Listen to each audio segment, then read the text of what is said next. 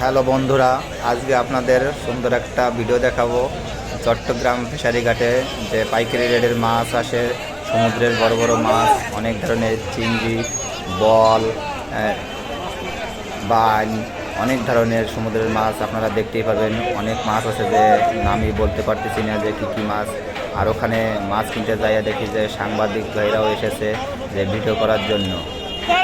আসলে আমি মাছ কিনতে গিয়েছিলাম ইলিশ মাছ, কিন্তু ইলিশ মাছ আর কেনা হইল না। ইলিশ মাছ কিনতে যাইয়া সমুদ্রের বড় বড় বাইন দেখে আমার খুব পছন্দ হইল। এই মাছ বাইন মাছ কিনলাম। অনেক এখানে কম দামে মাছ পাওয়া যায়, অনেক ধরনের মাছ।